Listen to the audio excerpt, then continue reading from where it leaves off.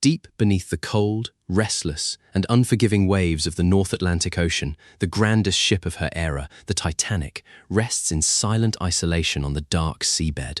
We know her precise coordinates, we have illuminated her ghostly corridors with deep-sea cameras, we have navigated her perimeter with advanced submersibles, and we have even guided wealthy tourists down to gaze upon her decaying grandeur. This reality naturally prompts a compelling question that has captivated minds for generations, which is why has no one simply brought this legendary vessel back to the surface? It appears to be the most logical and straightforward course of action because you have the most renowned maritime icon in human history resting on the ocean floor, and transforming her into a grand shoreside museum where millions would pay admission to walk her decks would undoubtedly generate an absolute fortune. Over the past century, a diverse array of visionary engineers, ambitious billionaires, and determined salvage companies have proposed dozens of elaborate strategies to resurrect the Titanic from her watery grave.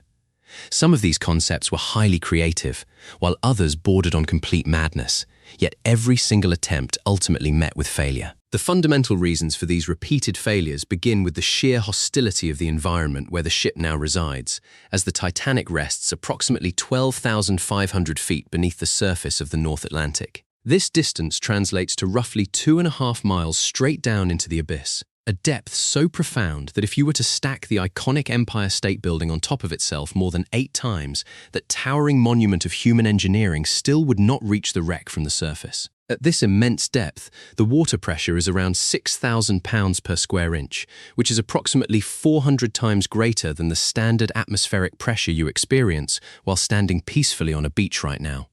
At such depths, human lungs would be instantly crushed, and the steel hull of a standard submarine would crumple like an empty soda can. In June 2023, the world saw exactly what this pressure can do when the Titan submersible, carrying 5 adventurous souls down to visit the Titanic, suffered a catastrophic implosion. The carbon fiber hull collapsed in a fraction of a second, ending the lives of everyone on board with a force so extreme that the entire vessel was reduced to fragments scattered across the ocean floor. That is what 6,000 pounds per square inch of pressure does to a deep-sea submersible. So imagine trying to attach cables, rig lifting equipment, and raise an entire ship under those exact conditions, in complete darkness, in near-freezing water, miles below the nearest breath of air. Even if you solve the pressure problem and operate on the ocean floor, you still face another massive obstacle, and that is the weight of the vessel.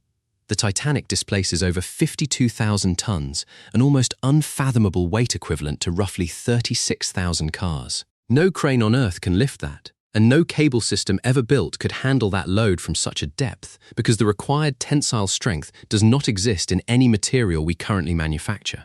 Even if you could somehow generate enough upward force, the ship itself would fall apart the moment you tried to lift it. This is because the Titanic is not sitting down there in one piece. She broke in half as she sank, leaving the bow and the stern separated by about 2,000 feet of desolate, open ocean floor. While the bow section looks surprisingly intact in photographs, the stern is barely recognizable, remaining a twisted, compressed pile of mangled steel that does not even look like part of a ship anymore. Even the bow, which appears solid from the outside, is incredibly fragile, its steel weakened by over a century of corrosion.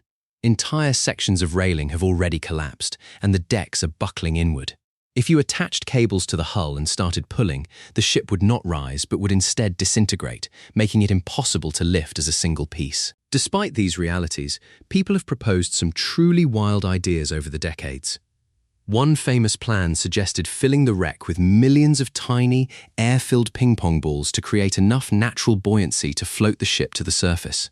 It is a clever idea on paper, but at 6,000 pounds per square inch, every single ping-pong ball would be crushed, flat the instant it reached the wreck, rendering them completely useless. Another plan proposed injecting the hull with petroleum jelly to displace the water and create buoyancy, while someone else suggested encasing the entire ship in a giant block of ice to float it to the surface. Engineers at the BOC Group calculated that this would require pumping 500,000 tons of liquid nitrogen down to the seafloor, which is, to put it mildly, not practical. Then there was the dramatic idea from Clive Cussler's 1976 novel titled Raise the Titanic, where the hero patches the holes in the hull, fills the ship with compressed air, and the vessel rockets to the surface like a submarine. It was a great scene for a movie poster, but it was written when people still believed the Titanic sank in one piece. And even if she had, compressed air at that depth would require pressures no hull could contain. None of these ideas would work, not even close. However, someone did manage to bring a substantial piece of the Titanic to the surface, and the story of how it happened is almost as dramatic as the sinking itself. In 1994, a company called RMS Titanic Inc. spotted a massive section of the ship's outer hull lying in the debris field, a piece of the starboard side roughly the size of a standard city bus with 4 portholes still intact, 3 of which still had glass in them. They called it the big piece and decided to bring it home. The first attempt in 1996 involved attaching diesel-filled flotation bags to the section, inflating them, and slowly floating the 15-ton fragment to the surface. They had 3 expedition ships on site, while 2 full-size cruise ships circled nearby, packed with paying spectators, Titanic survivors, and celebrities. Thousands of people stood at the rails as the flotation bags were released, and the big piece began its 2-hour ascent. The bags broke the surface. The crowd cheered, and then a hurricane arrived, tearing through the recovery site with violent winds and towering waves. The lines holding the big piece snapped, and the 15-ton section of hull plummeted back to the ocean floor, forcing them to abandon the mission.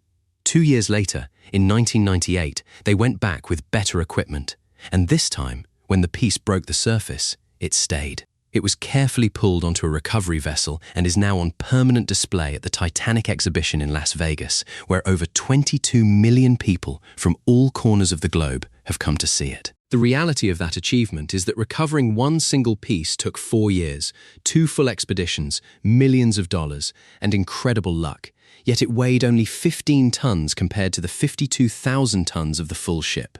Over the decades, salvage teams have recovered more than 5,500 artifacts from the wreck, including plates, jewelry, coins, a violin, and even the ship's engine telegraphs. Each recovery required specialized submersibles costing tens of thousands of dollars per dive, and every single one of those objects came from the debris fields scattered between the 2 halves of the ship, not from inside the hull itself.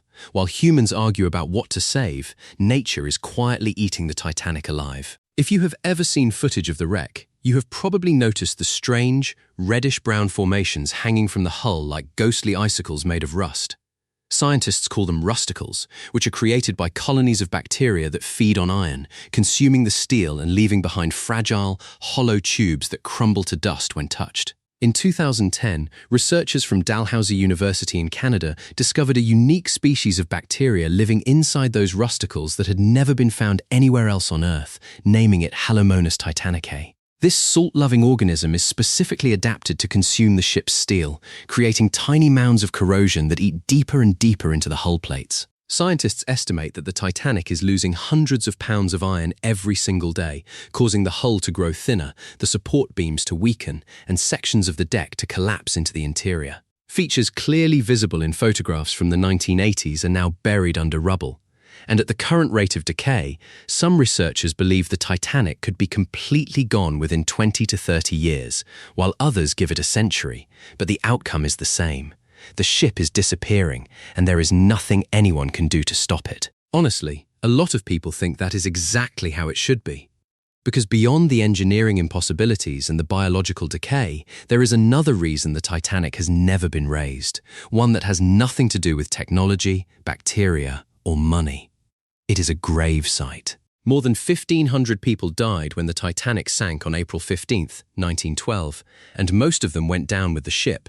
Their bodies never recovered. When Robert Ballard first found the wreck in 1985, his initial reaction was not celebration. After a few moments of excitement, the reality hit him, and he and his crew held a moment of silence on the deck of their research vessel, standing over the graves of 1,500 people in the darkness below. What Ballard saw on the ocean floor made the weight of that even heavier.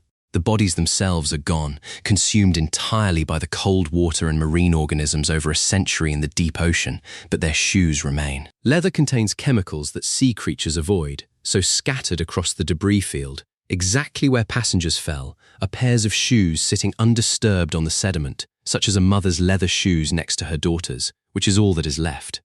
Since the discovery, multiple governments have moved to protect the site. In 2012, exactly 1 century after the sinking, the United Nations officially declared the wreck a protected site, as anything underwater for over 100 years counts as cultural heritage. The United States and the United Kingdom ratified a separate treaty in 2019 that specifically and strictly regulates who can visit the wreck and what they can remove, giving both governments the power to grant or deny licenses for any activity within 1 kilometre of the site.